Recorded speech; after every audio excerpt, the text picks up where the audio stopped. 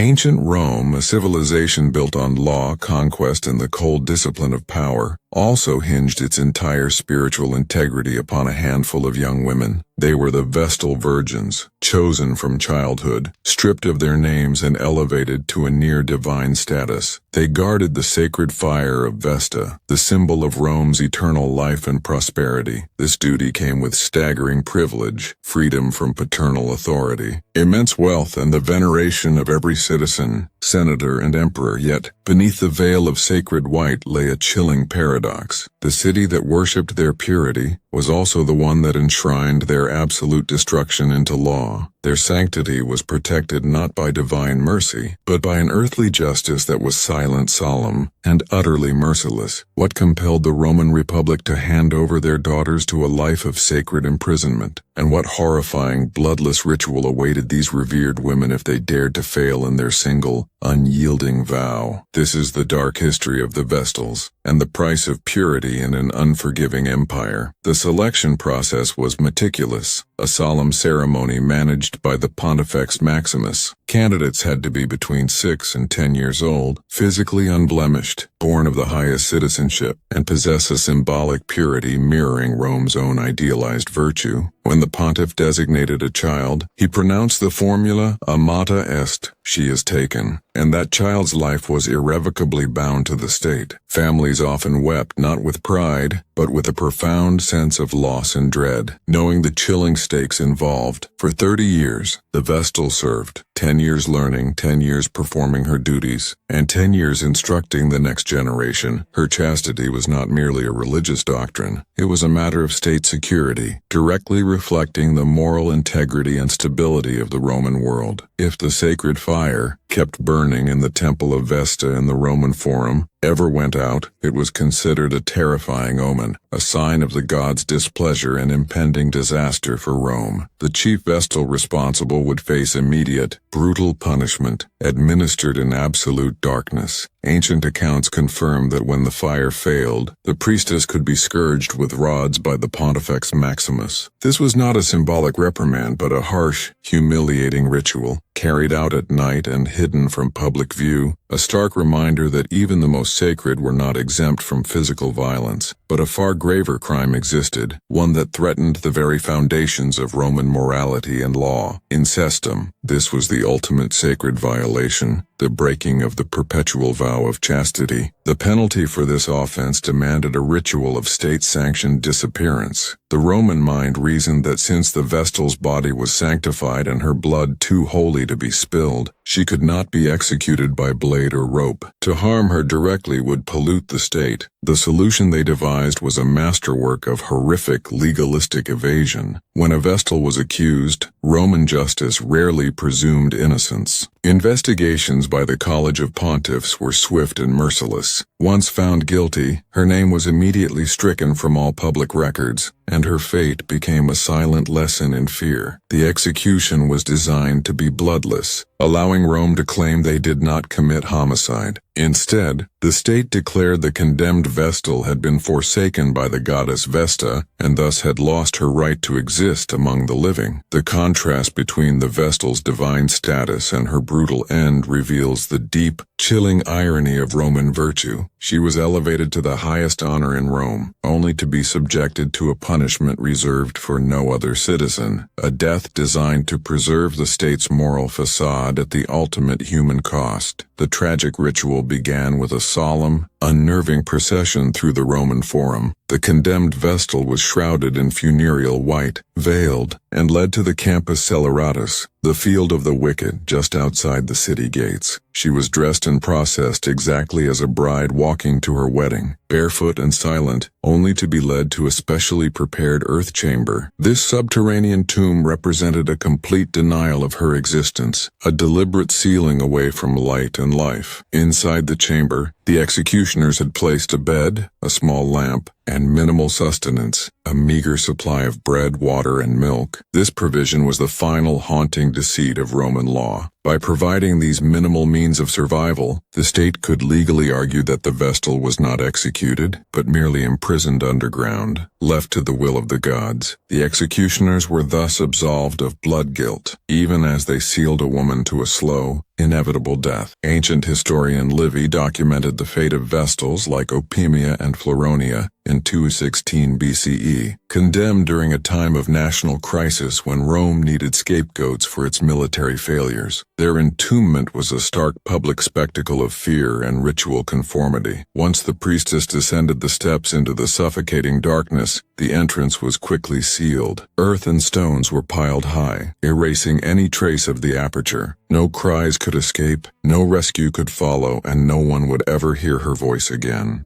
The silence was the ultimate tool of state control. It was meant to erase the fallen Vestal from memory, turning a political execution into a profound, terrifying lesson about the absolute demands of purity. The fate of the Vestal Virgin reveals that in the darkest chapters of history, power often creates rituals designed not just to punish, but to deny the humanity of the victim. Rome sacrificed the innocent to preserve its own image of virtue. The Vestals were revered, yet they stood precariously at the crossroads of religion and absolute power. They were symbols of eternal life, yet their existence could be terminated by a sealed silent tomb built by the very state that owed them its prosperity. In reflecting on the Campus Seleratus, we are left with a chilling conclusion. Ancient societies were often capable of enshrining brutality within the structure of law and faith, justifying the most extreme cruelty in the name of moral preservation. The sacred fire of Vesta eventually faded, but the moral dilemma remains. What does a civilization lose when it demands absolute perfection from its citizens and punishes failure with a calculated denial of existence? The silence of the buried, Vestal still echoes, a haunting testament to the tragic demands of unchecked power.